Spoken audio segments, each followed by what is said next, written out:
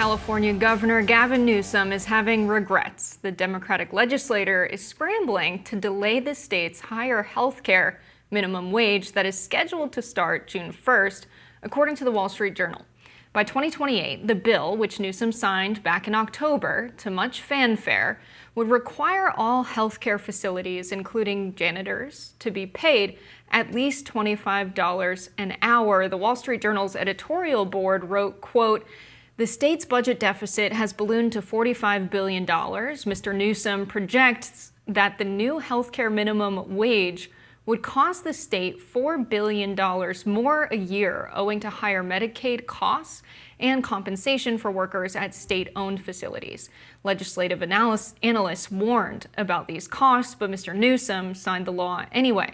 Mr. Newsom is proposing to tie health care workers' minimum wage increases to the state's general fund revenue and to exempt state facilities. But once capital gains revenue picks up again, California's private health care providers will be stuck paying for the wage mandate, which they ultimately pass on to patients," end quote. So to avoid this, lawmakers are working to create an urgency bill that would delay the start of the first pay bump to July 1st. In September, Newsom also signed a law establishing a new $20 an hour minimum wage for fast food workers that started last month. Host of Stossel TV, John Stossel, highlighted what he views as the consequences of this law. Let's watch. We did this. My workers, we did this! But what they really did was lose nearly 10,000 fast food jobs. Pizza Hut preemptively laid off 1,200 delivery drivers like Michael Ojeda. What's the point of the raise if you don't have a job anymore?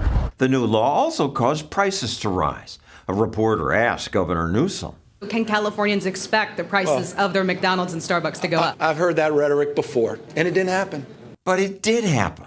In this case, even before the new minimum took effect. McDonald's, Chipotle, and Starbucks already saying they plan to raise prices to offset the rising labor costs. And there was other damage. Some restaurants said, "We're no longer hiring. We're not growing in the state anymore." Others just closed. The owner of this restaurant texted, "I couldn't survive the mandated wage increases." And now that the $20 minimum's taken effect, restaurants in the state have increased prices by 10% faster than all other states.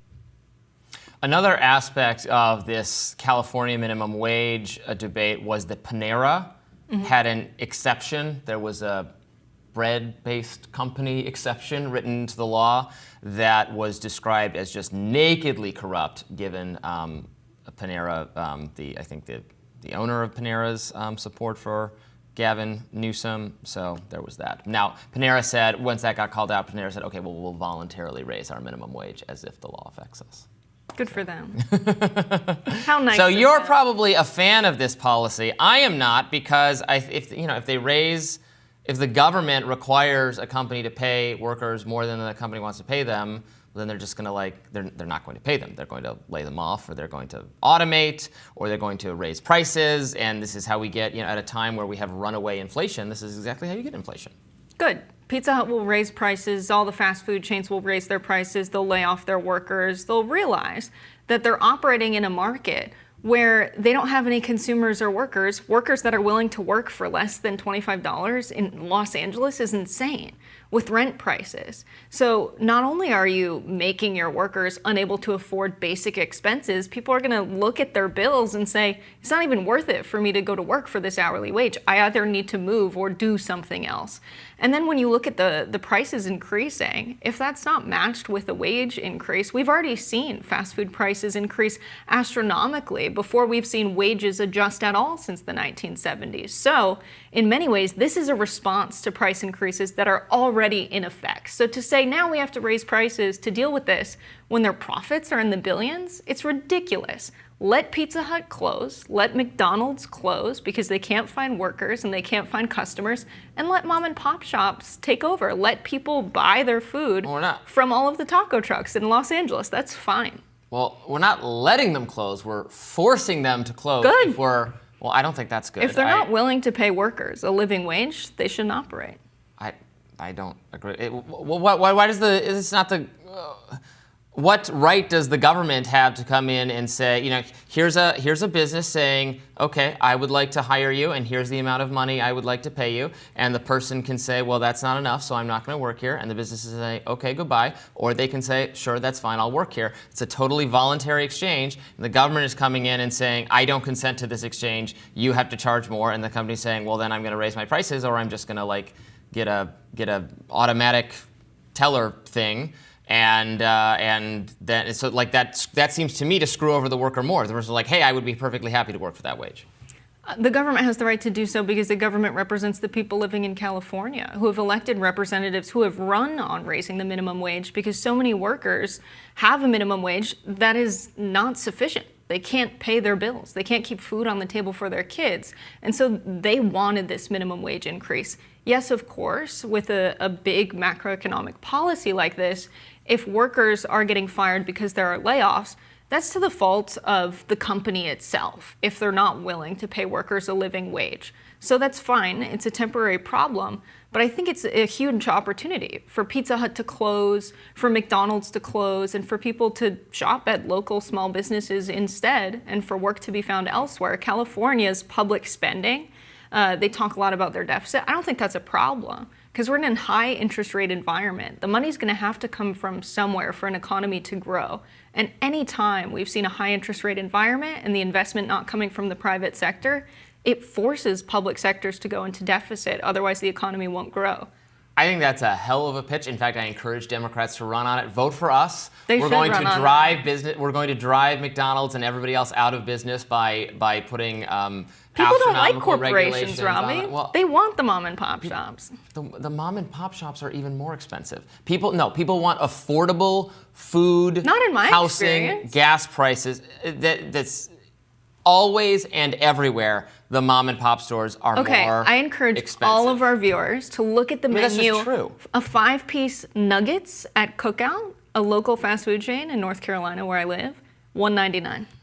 Well, that's a Compared great, to Chick-fil-A, compared to Pizza Hut. I mean, that's fine. And if they can undercut the fast food chains, people can go there. I don't care what people do. I think people should have choice and control over the direction of their own lives, which is what they get in a market. That's not what they get when the government comes in and starts saying, I'm going to shut you down, or saying, I'm going to impose costs on you such that you have to shut down. Well, what do you That's do not when what I corporate want. power becomes so large that it limits people's choice? The largest power is the government's power here to put your business. I mean, the government power is always more because it's literally putting places out of business. It's causing inflation. It's causing more unemployment. Look, I don't think minimum wage. Look, if people don't have enough money, I don't think minimum wage is the right policy to address that, because in response you get inflation and you get unemployment. I would be more supportive. I would just if give not them, from their wages. Well, just have, you could have I mean, there are lots of other proposals out there. I would rather have a guaranteed minimum basic income type proposal nice. where you just get a direct cash payment or something from the government. I mean, I'm not saying I'm for that, but I think that would be a better policy than minimum wage. Making the company do it means that then they have to, again, they raise prices or they fire people. Like, putting the onus on the actual employer to do it is the kind of tinkering with the economy that Democrats love, progressives love, but always ends up having these unintended consequences. It would be better to just have the government give people money than create a series of hoops that employers have to jump through, would be my opinion on that. I don't really see this as like the government's unchecked power. I see this as the government responding to many decades of unchecked corporate power, of corporations. Like, if you go to the average downtown of many towns in the Southwest in the United States, in the Southeast, in rural areas in the Midwest, the downtown is desolate in many cases. There are a few mom and pop shops that are struggling. And the new downtown is strip malls that are the same corporations and chains you see in every town. Well, go ahead. I think that demonstrates unchecked market power. I should point out that in many cases, it is the mom and pop shops that oppose a minimum wage and the chain that supports it. There's a long history of Walmart absolutely wildly in support of minimum wage. It's small mom and pop competitors against it, because Walmart knows once you impose a minimum wage, the mom and pop shops can't afford to pay those employees that money, so then they go out of business. So then Walmart, the government runs Walmart's competition out. They're totally in favor. They're like, yeah, jack up what you have to pay employees because we can afford to do it. It's going to be better for us because you're going to drive all the competitors out of business. I don't see it as a mom and pop friendly policy. I mean, it's a policy that it will improve the lives of some workers, the ones that, yes, don't get fired, and will raise prices for everybody else. I think it's difficult to judge that in an environment where mom and pop shops are the victim of all of their consumers being taken by stores like Walmart and Amazon coming in. That's the reason they can't afford minimum wage increases, because their consumers and their typical customers are now going to these other places where they're selling you goods for very cheap because they're paying the employees that manufacture the goods, that ship the goods, very low. And they're profiting in the billions. Their profit margins have been insane over the past few years. Yes, that is a negative thing because that's a wealth transfer from the everyday person in America to the wealthiest people in America who own and invest in these companies. But I think we should not forget how much better off our lives are, your life and my life, because of Amazon, because of the ability to immediately purchase and have it appear on your doorstep anything you want at a more affordable price is I would pay great. more if workers didn't die in Amazon warehouses. You're welcome to pay more. You can go pay more. But I could go to thrift stores and buy higher quality furniture and products than I would get from Amazon, quite frankly, for far less. Now you said you're the conservative and I'm the progressive because I think I don't know about that. Better access to cheaper stuff is good for humanity, and I'm glad we're moving in that direction. And I don't care if the mom and pop shop. I don't think we're moving in that direction. I think we're moving in the direction now of overconsumption being responded to by people wanting higher quality things and realizing they don't need as much stuff as they're purchasing. Well, if people wanna build their own furniture and assemble their own cutlery, like you can go live like a Luddite sort of existence. That option is still available. Going to most a thrift people store don't want to churn their own Luddite. butter anymore. It's a little thing called modernity that we've invented. No, I think people are going to this thrift store because they get cool stuff. It's way cheaper. It's higher quality than the stuff that breaks on Amazon. It's a trend that's in response more so to quality of the products on Amazon and Walmart than any political statement, really. Because you end up spending more money, actually, when you're getting low-quality goods that you have to constantly replace. It's a trick. They're playing a trick on us, Robby, to take all of our money. I am going to a costume party later today, and I realized yesterday it was a costume party. We can go thrifting after this. We'll get you an outfit. No, I tried to find a thrift store. I'm like, this is impossible. Oh, what can I do on Amazon? I ordered the costume, and it's going to show up. I did this yesterday, and it's going to appear on my doorstep by the time of the party today. I think that is amazing. It might be late. I hope it's late, Robby. No offense. And then we can go thrifting. More Rising right after this.